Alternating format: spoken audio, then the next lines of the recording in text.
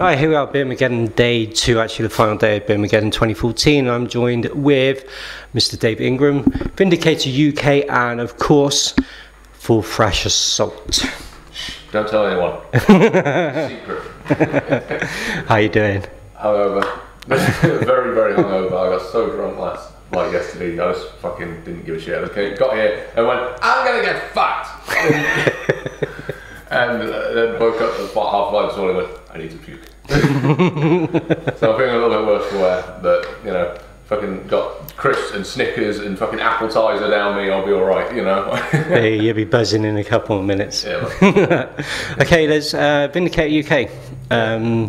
Obviously it's been a while, but watching Facebook and posts so that you guys are in the studio practicing and rehearsing. Yeah, we are. Well, I say we are. We were pretty much on the verge of recording not too long ago. Then our guitar player decided to fall down 5 steps and break his hand. 5 steps, not even like a full flight of fucking stairs. It's sort of like he decided, you know what, I'm not even, we said, Chris, you could have lied to us. You could have said that you got into a fist fight with a Terminator bear with chainsaws for hands and a minefield on Mars, and we would have gone, fine. But no. So he's obviously out of commission because, you know, guitar player's kind of useless without his hands. Yep.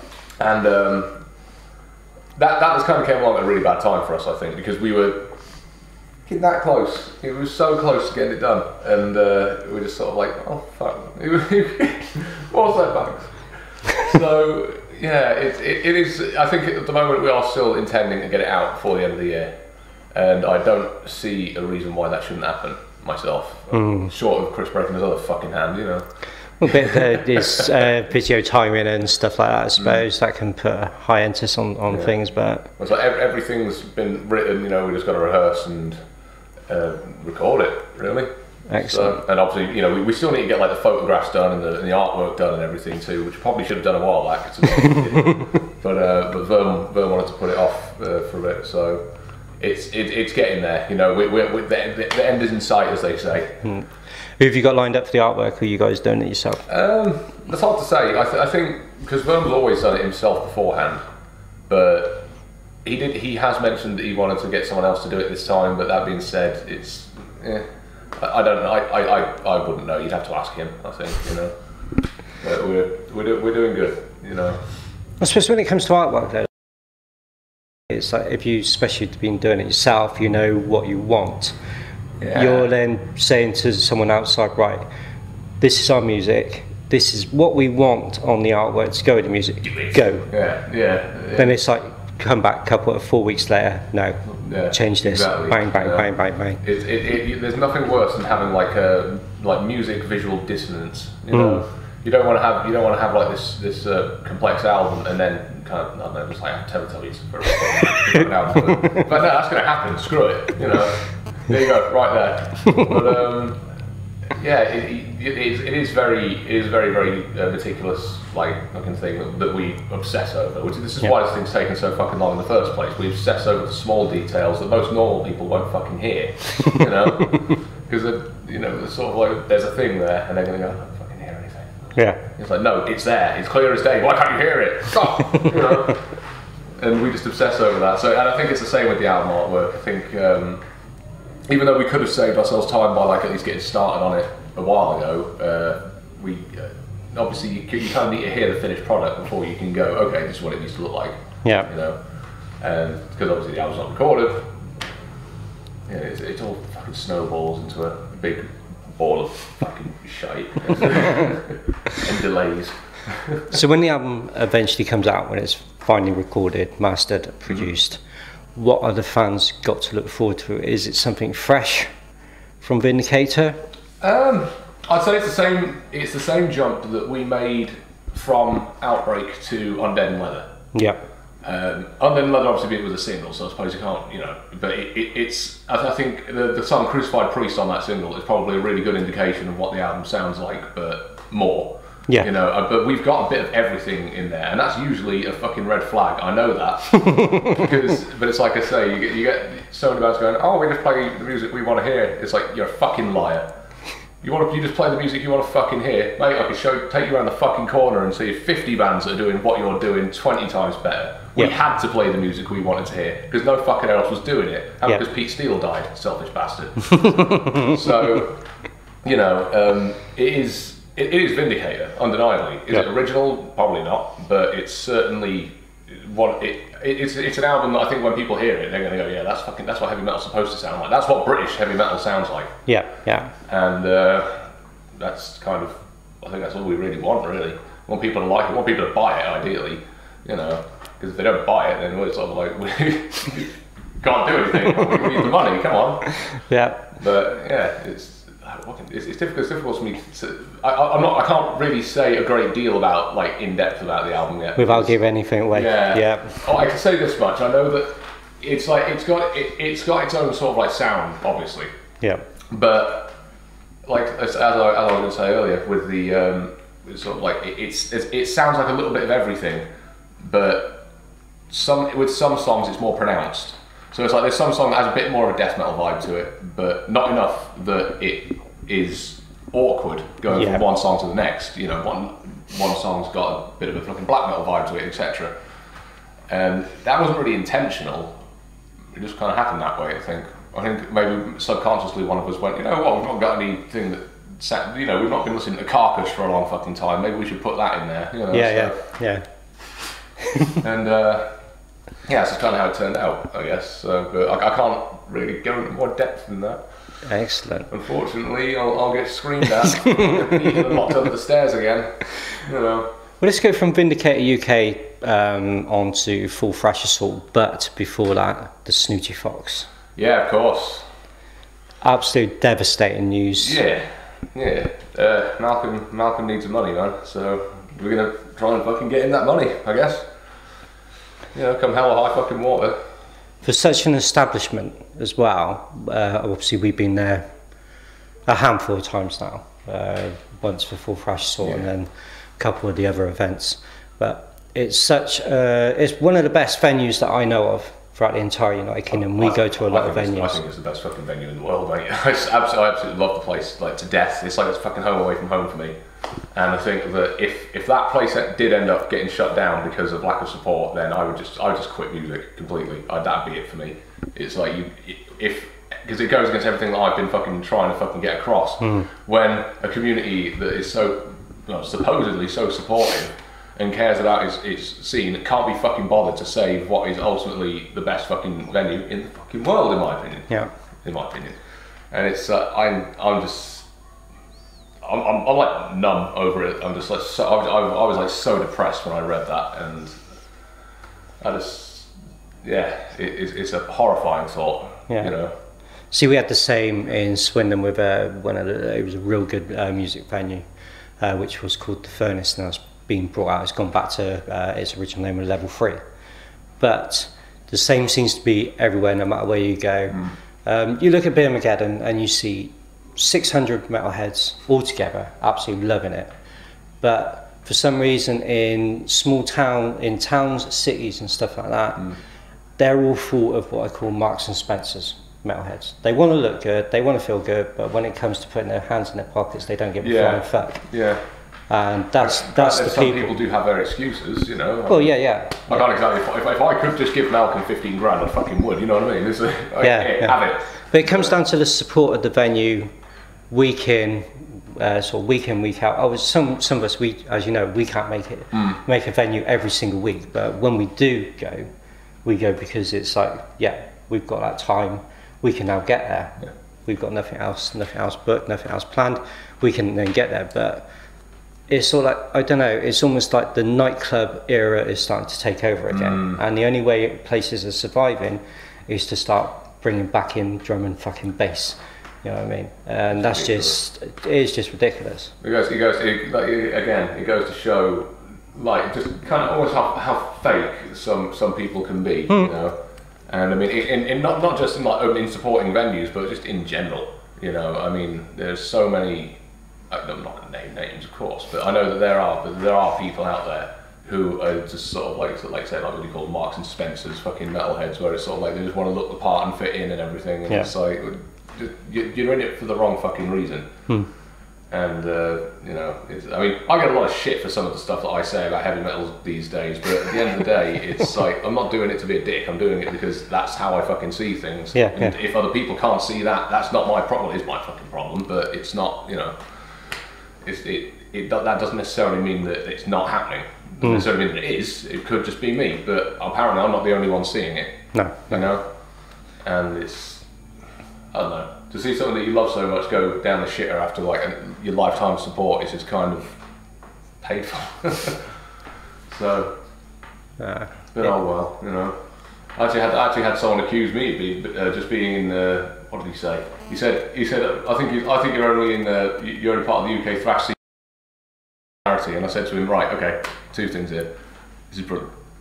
I said to him, first of all, if I was in it for the money, do you really think that I would fucking put myself out and lose money on Full Thrash Assault every fucking year? Yep. And if I was in it for the popularity, why the fuck would I be a music critic? It was just like, you didn't think this fucking through, but... Well, I say, I don't know, people obviously know that side of you as well, but if anyone's going to tell the truth about what an album's like or what a band, this guy does it. No holds barred. He tells the actual truth. I've actually I've started reviewing myself over the last sort of couple of years now, and I've actually learned a lot from the way which you review. Oh, you. Because it's when you're doing reviews and stuff like that, people, you read like don't we say it's reviews in some of the commercial magazines, and you're thinking, you're talking out your ass when you probably listened to the first track on the album, gone, oh, how much did they pay you to write that? That's the big problem though. And this extends back to what we were just talking about. Some bands and musicians can't handle criticism, even if it is constructive, and it always will be constructive. If I think that something sucks, I'm going to say that it fucking sucks, but I'm going to say why it sucks. And at the same time, like, maybe not like so blatantly, but at the same time I am still telling you how it can be better. I'm telling you what to not fucking do, you know. And it's like, a lot of people give me hassle because I do have a particular dislike for like overly long songs and, you know, stuff that is just kind of like, we've heard this shit before over and over again. That doesn't necessarily make it bad by any means, it doesn't, but come on, where's your, you know, this is the fucking country that gave people like Onslaught and Death Wish and Salad, and obviously going back to Motorhead, Venom and fucking... Exactly. And you're worried about sounding like homogenised American thrash? I'm not patriotic or anything, where's your sense of fucking pride? Jesus, put your finger out. It makes me sick, you know. And some people think that that's also like a prerequisite to play Full Thrash Assault as well. And it's like, well, so you have to give us a good review. It's like, no, not at all. Fucking hell, put Vindicator on Full Thrash Assault for fuck's sake. God, wouldn't give us a good review. There have actually been bands that played Full Thrash Assault where I flat out had to say to them, sorry, your music is shit, but I'll put you on. Just because I don't like your music doesn't necessarily mean that I don't like you as people. It's not personal, you know. I'll still happily put you on shows, I'll play shows, I'll spread the word, whatever. Yeah, no problem. Just don't expect me to like your music, you know. That's how it works. So. And it's going to Full Thrash Assault. Obviously, you guys are fastly approaching the 10th. Yeah, 2016. Fucking hell, it's a weekender now. Officially a weekender. I was supposed to announce that here, and I just got drunk. So, but yeah, it's now officially a weekender. Even though it's not really been a great big secret because we've been talking about it quite publicly since like 2012. And going, when the anniversary show does roll around, we want to make it a weekender. We don't know about that happening yet, but that is happening now. So that's going to be April 16th and April 17th of April. I work for the Department of Redundancy Department. But yeah, we are like really trying to pull out all the fucking stops for that, and it's just, I mean, we still got next year's show to go, but it's kind of like falling to the wayside a little bit because there was no way that we could improve upon this year's show and still keep it like kind of low key enough that it wasn't going to make a dent in the 10th anniversary celebrations. So we just kind of went, should we just make it all about the unsigned bands again that year? this is what we've done, you know. Yeah. It's sort of like it's still you're still getting full thrash assault, and I'm hoping that all the money from that is going to go to Malcolm at the Snooty. All the money. I think I'm gonna have to speak to some of the bands about lowering their fees or something. Yeah. But yeah, man, it's like you say, 10 years is just fucking phenomenal. I don't understand how we've managed it. I really don't. It's just fucking stupid. 10 fucking years of full thrash assault. That's by the time that show rolls around, I've been doing it for half that time as well. That's an even more terrifying thought. So you were about 10 when you started? No, I've been doing it for half that. I've been doing it for 5 years by the time right, 10th anniversary show runs. She was 15. You know. But it's just, yeah, it's strange. It is a strange feeling. It's sort of like, no, it's not been that long, has it? It can't be. But yeah, it is. But even this year's full thrash assault was pretty mind blowing. Actually, really, really good. Some of the bands we got to see some bands which we hadn't witnessed or had the honour of seeing. And Chainsaw Penis. Yeah. I wasn't going to bring those guys into it. But yeah, that's what it's all about, and it's like I just hope that it continues to do that, you know. Yeah. I mean, we've been kind of talking about leaving it for a couple of years after the anniversary gig because it's just like we're just exhausted at this point, you know. We've got other stuff to do. I've got kids now. I've got to look after my kids, and and we've got like a Thrashaholic and Thrashosaurus rearing their ugly bloody fucking heads and just taking all our business, the bastards. So. Obviously, you know, we're sort of like let them rule the roost for a couple of years, and then we'll come back and take it all away from them again. So I'll take that back, thank you. Yeah, full thrash assault reanimated. Yeah. That's the thing that was like you said. There's so many. There are a lot of thrash fests starting to come up. I've noticed that in the last sort of 18 months. It's like, well, hang on a minute. And then you look at the bill, what they've got, and it's like, well, hang on, you're playing on that bill, and now you're playing on that bill, and it's like, it's almost like sometimes they're not going further afield or actually even going on to like Bandcamp or something like that and saying, well, you know, there's the honey pot. You know what I mean? All you got to do is have a look inside there, and you will find some bands. Yeah. No, you do get a lot of bands that kind of. There are some bands that I don't book that often because just simply due to overexposure. You know. It's like, I mean, obviously I'm guilty of that. I mean, fucking hell, we just booked Desolator for the 10th anniversary show. It's sort of like, that must be at least like their 5th appearance on the bill, you know, at least. Those guys have played so fucking much. It's like, I'm like accidentally breaking the rules to get those guys on the fucking bills these days. Just because people want to see them. Yeah. But you do have to be mindful of like oversaturation and overexposure for certain bands, because otherwise, I think that's one thing that we've done quite well in Vindicator, because we've never like been really public about what we're doing, but we do shows infrequently enough, yet frequently enough that when people go, fucking hell, they're fucking playing down the road, why not? Let's go. Yeah. You know, you wouldn't get that with a lot of other bands because they play every 10 fucking seconds, you know what I mean? So it's stuff like that you need to be mindful of, really. Which is what I mean. I'm trying so fucking hard to get Mutant to fucking do the 10th anniversary gig, but I don't think that's going to happen. Tom, bro, fucking talk to me, huh? What about Onslaught for the 10th? Are you still in talks? I want it bad. Everyone wants it bad, you know. So I'm gonna have to fucking like get my hands and knees and beg today, you know. Probably finish throwing up there while I'm at it, you know. But it's if that doesn't happen, I will be upset. You know? Not to guilt trip you. But yeah, if that doesn't happen, I think I will be quite upset because let's face it, man, it's Onslaught. It's Onslaught. If I'm playing BEERMAGEDDON, you won't play full thrash assault? Fuck off. Favouritism.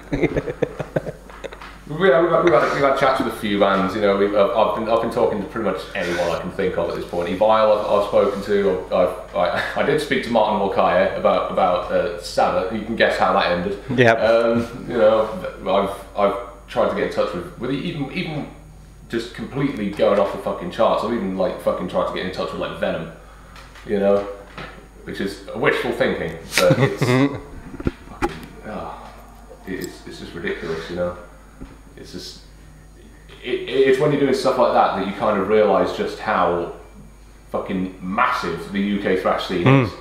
You know, doesn't necessarily mean that all of it's good, but it's huge. But it is, yeah, it is fucking gigantic, and that's kind of terrifying in a way. Yeah. You know. Because surprisingly this year within the UK, how many bands fall under thrash, but then they're in the subgenre of thrash, with a genre which they've just decided, oh, hang on, we'll make a name up for that, and you're like, what the fucking... I don't think there's enough of that myself, actually. It's like I quite like what Cremated are doing, with like, sort of like going for more like a cross punk sort of approach to thrash. Not necessarily crossover thrash, but yeah, I like that. I think that's really good. Pete's a fucking absolute dude. Yeah. And you know, Executioner or Executioner, you know, because more X's and K's wasn't being fucking done at the 90s by Mortal Kombat, was it? No. You know? They're kind of doing like a more primitive, raw version of what we're doing. Yeah. Just like it's like the early sort of Venom, Celtic Frost sort of blackened speed metal sound, and they're really fucking good at it. You know, they're really good at it, and there's not enough experimentation, I think. With, like, you don't get many bands flirting with other genres anymore, which is a shame, because I think that's one of the things that it needs. You know, wasn't this originally music about kind of expressing yourself instead of just going along with the homogenized American rubbish? Yeah, trying to